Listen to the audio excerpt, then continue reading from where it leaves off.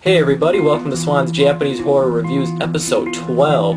Today we're taking on Shion Sono's 2005 erotic and grotesque shocker, Strange Circus. Strange Circus tells the story of a sexually abused 12-year-old named Mitsuko who is forced to watch her parents have sex through a peephole in a cello case. And the abuse doesn't end there. Her father abuses her even more while at school and at home, and eventually rapes her. Later on, we're introduced to a wheelchair-bound erotic novelist named Taiko, who seems to be writing about Mitsuko. So what's the connection between this woman, Mitsuko, her mom, and her dad? Well, that's the mystery, and as they say on the case, reality is the mystery, and that is no joke. This movie is a mind-bender. It goes from reality to fantasy in the blink of an eye and the snap of a finger. Strange Circus is definitely a very hard film to watch. There's rape scenes, there's a lot of sex scenes, there's bondage, amputations, graphic violence. It's not very uplifting. You're either really going to love it or you're going to hate it. I've read a lot of reviews that say, this movie is trash and that, it's garbage, and some of my friends can only watch like 5 minutes and they just had to stop, they did not want to watch this film.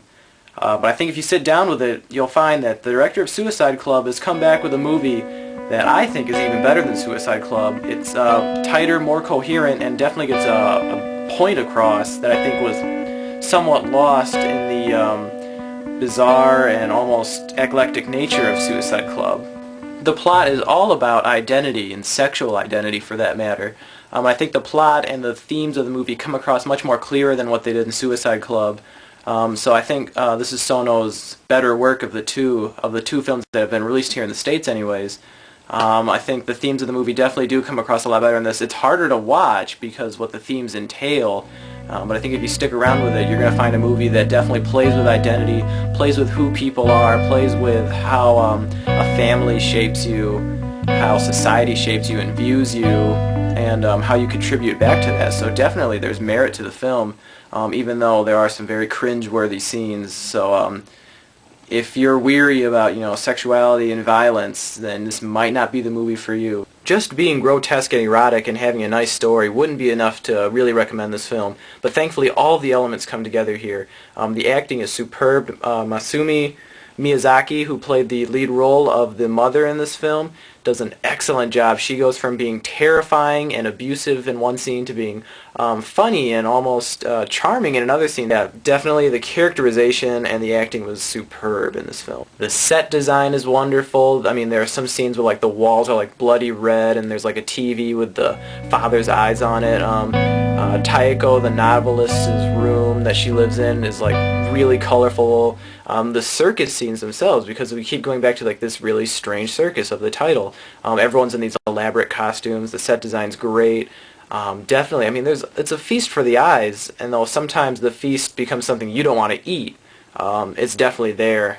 So yeah, Strange Circus is a great film, although some of you may be wondering, a few reviews back for the Kirei Terror of Beauty, I was bashing that movie because of the amount of nudity and sexuality in it, but here I'm glorifying it in Strange Circus. Why is that the case? Well, it's because they are both used in entirely different ways. The nudity and sexuality in this movie is a core theme of Strange Circus, and it's not there just to wake you up or whatever, or keep you from watching the the movie. It serves a point. It serves a purpose. It tells a story. It's an integral part. The nudity and sexuality in Kirei was just pointless and overdone and just really not necessary. But here it's a key part of the story. So definitely just try to keep an open mind when you watch this film. The DVD comes to us from TLA Releasing. They did a great job here. This is the uncut version. You get the full movie. There's an hour-long making of that's included with this that goes through the casting and the directing, and you got interviews with everybody. Really, really nice. It's a great DVD, and I definitely recommend you go out and get this copy. When it comes down to it, Strange Circus is definitely a very unique film. For a rating, I would give it probably an 8 out of 10, I'd say. It's very unique. It's unlike anything I've ever seen. Wondering throughout the movie what's real, what's not, who's who.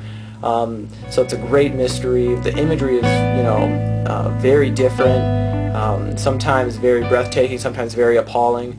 So yeah, just keep an open mind, as I've been saying throughout this movie, and just try to watch it. And I think you'll have some feeling towards it. Maybe it'll be strong, maybe not. Fans of the Suicide Club director should definitely give Strange Circus a look.